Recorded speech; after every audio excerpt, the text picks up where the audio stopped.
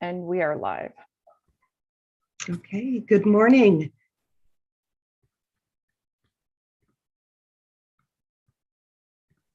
Watching as everyone's coming in here.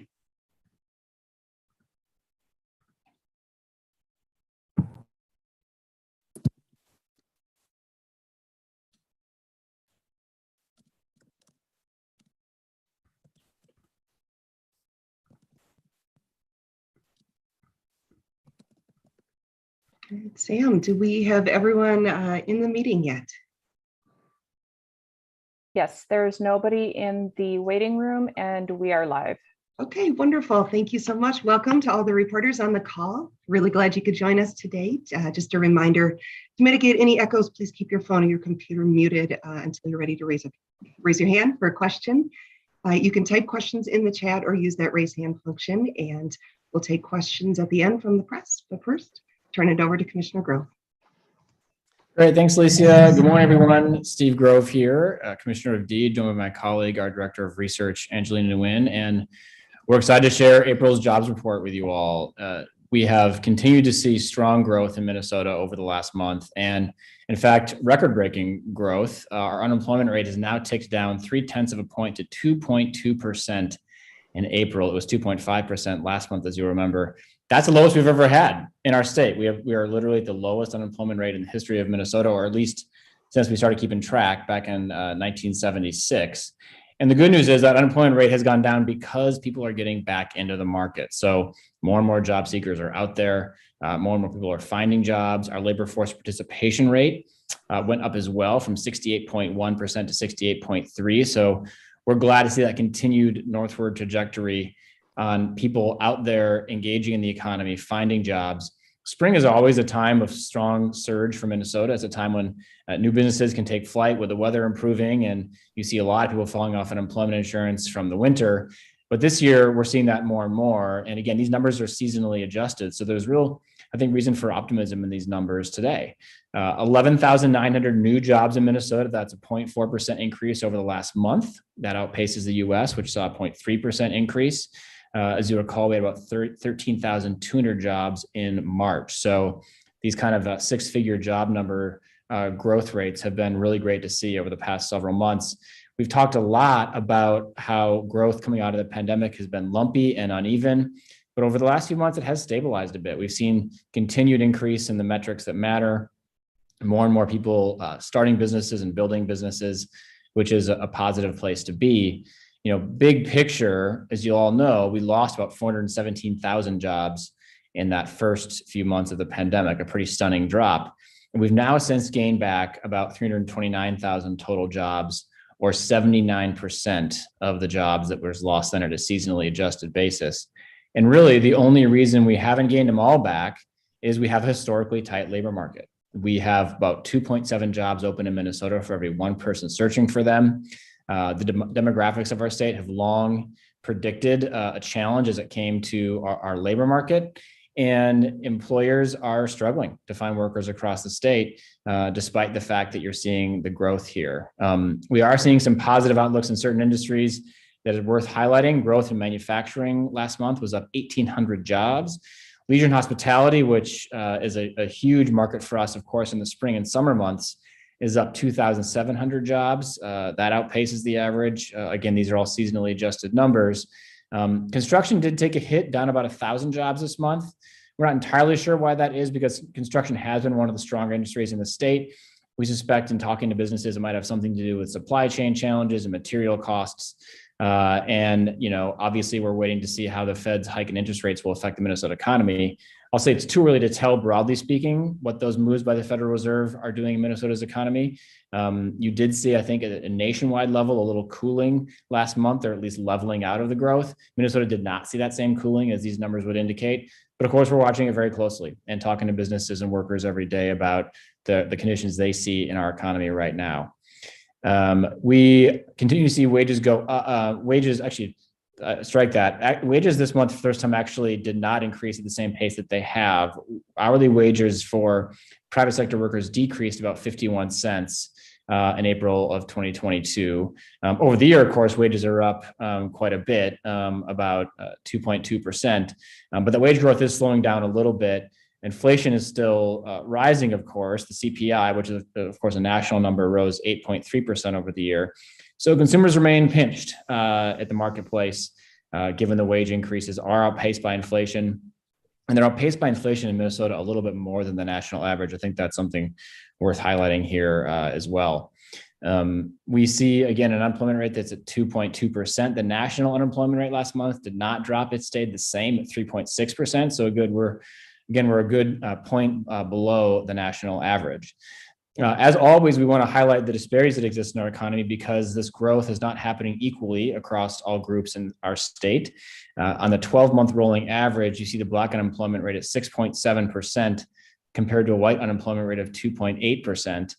And that is not because Black workers aren't getting back in the market. In fact, those labor force participation rates amongst Black workers are rising faster than in our white demographic in Minnesota.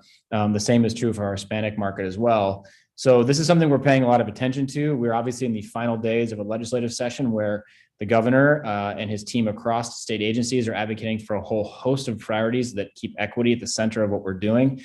We've got to be doing things differently in government and in business if we're going to turn those numbers around. And we're bullish that if we can land some of our key priorities in these final few days, that will help. But it remains truly the case that there are a lot of workers still hiding in plain sight. And when I talk to CEOs and business leaders across the state, they're increasingly looking to markets they haven't usually looked, whether that's immigrant communities, new Americans, communities of color that don't usually show up to their interview sessions or outreach sessions. It's a proactive time for businesses in our state, and it needs to be because, again, the numbers are challenging from a labor force perspective, but there are a lot of workers out there looking for jobs. So the market tends to continue to iron itself out, but I think new behaviors by businesses and workers are going to be required to really tackle some of those disparities that are so prevalent in Minnesota. And our department is here to help. Just maybe finally a couple other points before I turn it over to Angelina for some more details. We are seeing the number of long-term unemployed in our state drop for the 8th straight month. It's still high by historical standards, but certainly dropping continually. And we're now at about the same place we have been in a normal year for the number of folks pulling in weekly unemployment insurance benefits. So that has stabilized after just an intense couple of years of our unemployment insurance program expanding to meet the need in Minnesota. So that's good news for our state. And we're continuing to see wage growth in those high demand, low wage jobs grow more than in any other sector. Nursing, residential care facilities, food services and drinking places, retail trade, all popping at rates that are higher than the rest of the economy, which is what you see in a really tight labor market where those jobs are the hardest ones to hire for. So I think with that, I'll turn it over to my colleague, Angelina, to go into some more details, and then we're eager to answer your questions. Angelina. Thank you, Commissioner. Hi, everyone. I'm going to walk you through several graphs that both dig into the details and look at the trends over time. So the first one here is unemployment rates and job growth. As the Commissioner had mentioned, April 2022, our unemployment rate continues to go down, and it's at 2.2%, which is historically the lowest since we started tracking this data series. And then in terms of job recovery, we're seeing an upward trend. So for a 7th month in a row, and as he had mentioned, Minnesota gained about 11,900 jobs on a seasonally adjusted basis. Private sector gained 10,600 jobs.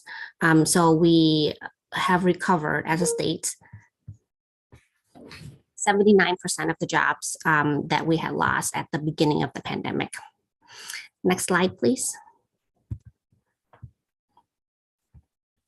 And here we break down employment by race.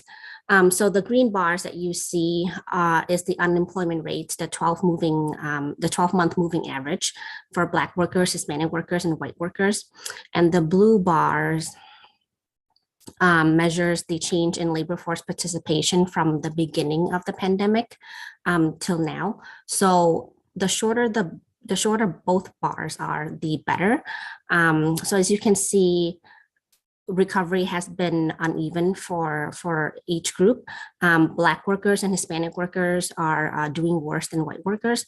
So the unemployment rate for Black workers in April is 6.7%, which is more than twice as high as the white unemployment rate of 2.8%. And again, we're talking about the 12-month moving average. Hispanic workers' unemployment rate is 4.5%, which is more than 1.5 times higher than that of white workers. The blue bars show labor force participation rate. So for Black workers, the blue bar in April is like really, really short. That means that the labor force participation rate is now as about the same as it was at the beginning of the pandemic. And for Hispanic workers, when you see the blue bars pointing downwards, that means that there are actually more Hispanic workers participating in the labor force now than compared to the beginning of the pandemic. So as you can see, our Black community and Hispanic communities, more people are either working or looking for work compared to our white workers group, but the unemployment rate for Blacks and Hispanics is higher than that of white workers. Next slide, please. And this, we look more closely at labor force participation rate, again, for a 12-month moving average since the beginning of 2020 until April 2022. So the red line are Hispanic workers, green lines, white workers, and blue line are Black workers. So even at the start, we can see that our Hispanic workforce and Black workforce participate in the labor force at a higher rate than our white workforce. And if you follow the blue line, you can see that the pandemic affected our Black workers more severely than the other two groups. And since the beginning of 2021, our Black labor force participation rate has been recovering and doing all right. And then for Hispanic workers, there was a lower dip caused by the pandemic, and then they too have recovered for about a year now. Our white workers, the green line, that group was the least impacted by the pandemic. But then if you track it over time, it's been dropping. And that's probably due to an aging workforce and a higher rate of retirements for our white labor force. Next slide, please. And here we look at the same type of graph but for gender. So again, the green bar is unemployment rate, 12-month moving average, and the blue bar is the difference of labor force participation rate between the beginning of pandemic and now. So as you can see, at the beginning of the pandemic, more women left the labor force than men. And then they came back at about the same, they followed the same trend in recovering. But since the beginning of 2022, so for the last few months, we're starting to see a clear trend that labor force participation rate is lower for women than for men. So that means that less women are coming back into the labor force than men by a little more than 1 percentage point. So that's something to keep track of. Next slide, please. And then if we look at super sector and industries, this is an over the year employment change comparison. So most super sectors in Minnesota saw positive over the year growth, especially as the commissioner had mentioned, leisure and hospitality. It is the strongest recovering super sector, and it grew almost 13% over the year. Manufacturing also saw strong growth, 5.2%. The two super sectors that posted negative annual growth are construction, so down 4% over the year, and mining and logging, which lost about only 85 jobs. But because that is a smaller super sector, it means that 1.3% of the jobs were lost over the year. For the US, the green bars, all super sectors grew over the year except for mining and logging. Next slide, please. And then here we look at job loss and recovery by super sector for Minnesota. So the blue bar is the percentage of jobs lost during the first 2 months of the pandemic. And the green bars is the percentage of jobs lost between the beginning of the pandemic and now. So the difference between the two bars shows the degree of recovery. So the bigger the difference, the better that super sector has recovered. And as you can see, the sectors that were hit hardest by the pandemic show the biggest recovery. So the ones at the top, like arts, entertainment, and recreation, accommodation, and food services. Some sectors recover and then even gain jobs, such as manufacturing and professional, scientific, and technical services. So as of April 2022, Minnesota has recovered 79% of the jobs that we had lost at the beginning of the pandemic on a seasonally adjusted basis. Next slide, please. And we continue to track inflation. So this shows over the year CPI change, which is the inflation rate. So as you can see, it's been low, around like 0 to 2% for like the last decade. And then starting in April or May of 2021, we start to see it jump. And it's been growing. And so as of April, the inflation rate is 8.3%.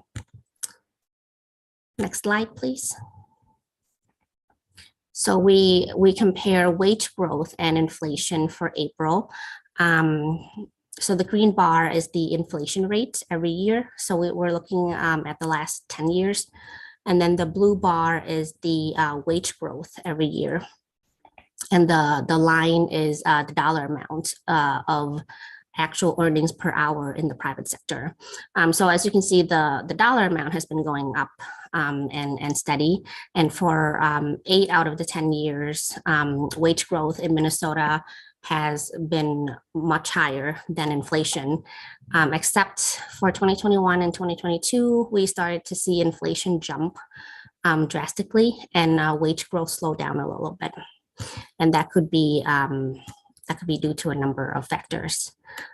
So I will stop there and turn it back to you, Commissioner. Thanks, Angelina. I think with that, we'll turn to questions. I know we're on Zoom this time, so it's a slightly different interface, but Alicia, I'll turn it to you to moderate the Q&A. Thanks, Commissioner. Yeah, slightly different interface here. So give me just a second to get my chat up here. All right, we have a great number of folks joining us today from the press. Which questions can we answer today? Feel free to use your chat or just shout out. I'll jump in if that's okay. Hi, Commissioner. Hi, Angelina. A couple things. I mean, looking at the job recovery in Minnesota, it looks like we're lagging the nation as a whole quite a bit. Looks like the nation has had almost a full jobs recovery and we're still at 80%. And so I guess if you have any thoughts about why we're lagging so much on that. And then secondly, thinking about this, where we're at with this unemployment rate. I mean, do you think that like we have any much more room for job recovery at this point, or where are these other workers going to come from? Well, it's a great question, and I'll turn to Angelina in a moment to answer some of the details on the comparison to the nation. But, you know, I think one of the things we're very aware of in our experience here in Minnesota is that we mitigated against the pandemic to save lives by putting some restrictions in place that did result in some job loss that we've had to recover, and we've recovered it pretty quickly, but you saw some greater dips and then I think faster recovery because of that. I think that was the right decision economically for our workers, for our state, for health, but that factors into some of this. Again, we've had several months in a row where we have led the nation in over the month job growth and labor force participation rates and unemployment rate, like top 5 levels compared to other states. So we do feel generally good about how we stack up to other states. And we think our diverse economy and resilient entrepreneurs and hardworking Minnesotans are thankful for that.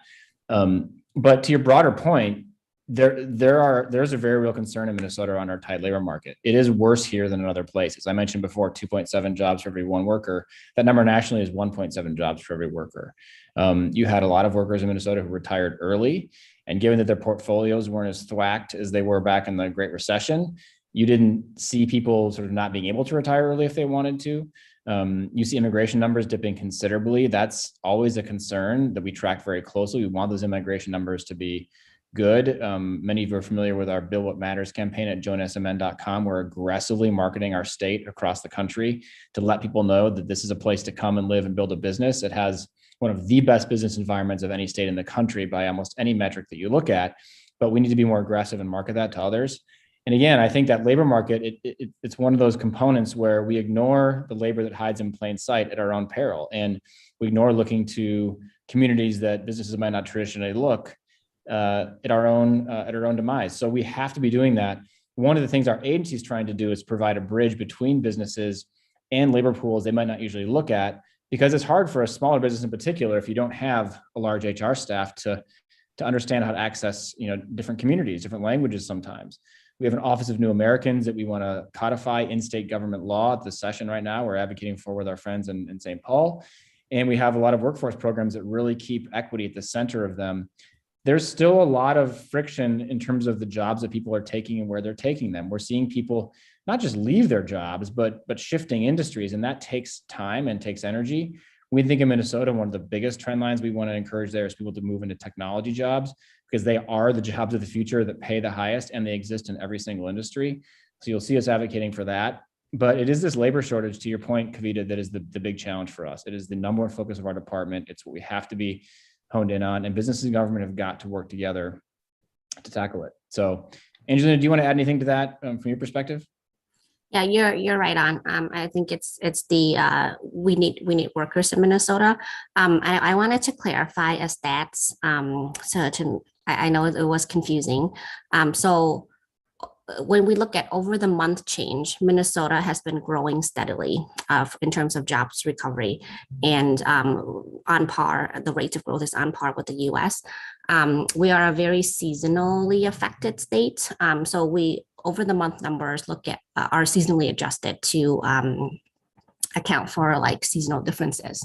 If we look at over the year numbers, then that's where you see that our growth rate is lower than the US, but we are making steady progress over time. Whereas this month, for the US, their growth has been a little like leveling off. And in terms of the percentage of jobs lost that were recovered, I want to clarify something. So there's two ways of looking at it. One way that I had talked about was looking at the number of jobs lost at the beginning of the pandemic and how many of those have been recovered. So when you look at it that way, then Minnesota has recovered 79% of our jobs lost. But if you look at the number of jobs that existed in total at in April 2020, and then the number of jobs that exist in total in April of 2022, Minnesota has regained 97% of the jobs. So from that lens, yes, the US recovered about like 99% of the jobs between April 2020 and April 2022. Minnesota, in comparison, 97%. So it's not 99 versus 79. It's 99 versus 97. So we are tracking very closely in terms of recovery pace. Thanks, Angelina. And Kavita, thanks for that question. Anything else from the members of the press?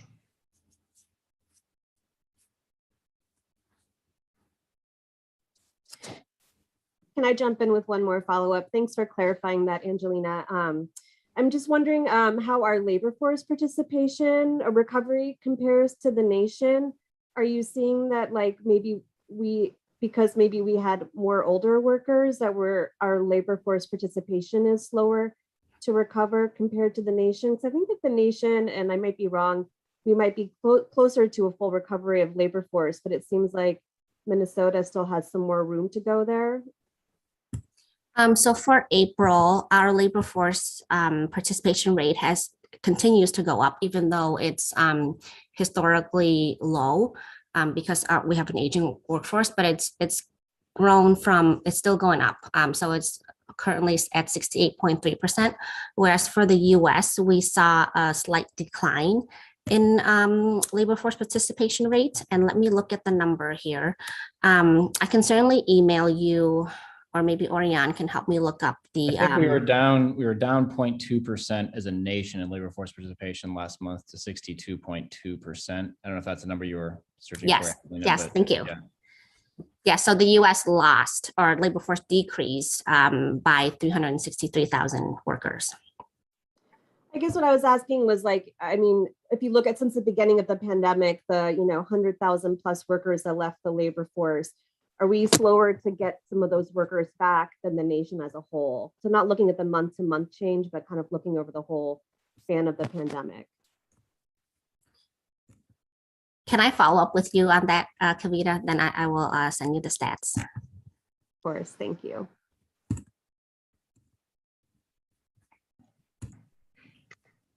I thought I saw one other hand up. Yeah. And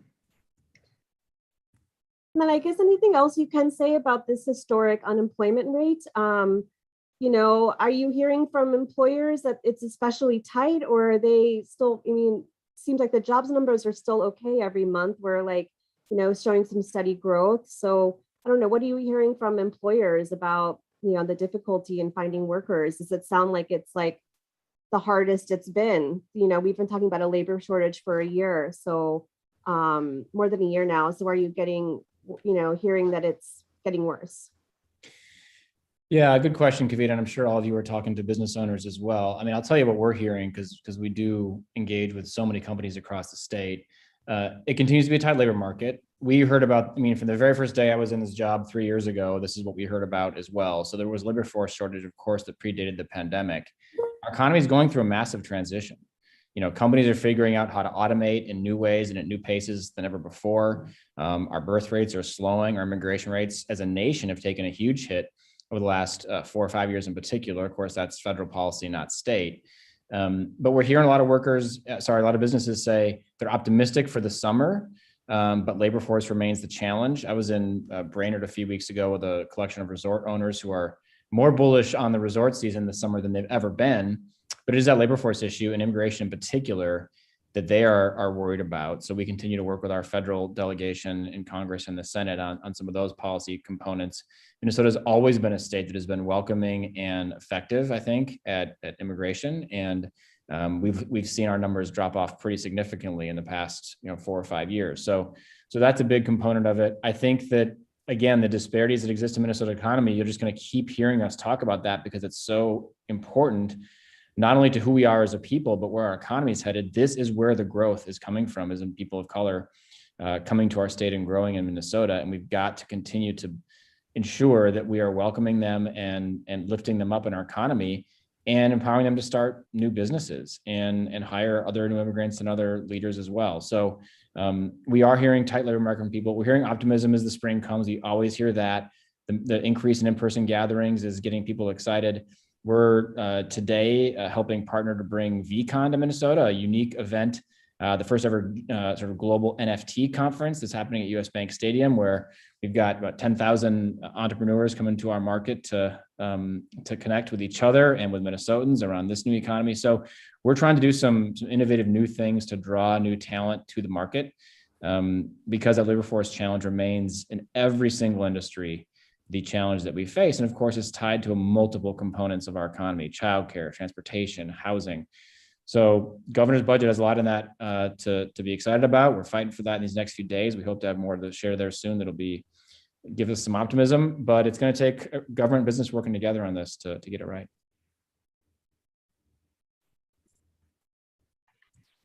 Thanks, Commissioner. I think we have time for one more question. Anyone from the press would like to pose one more?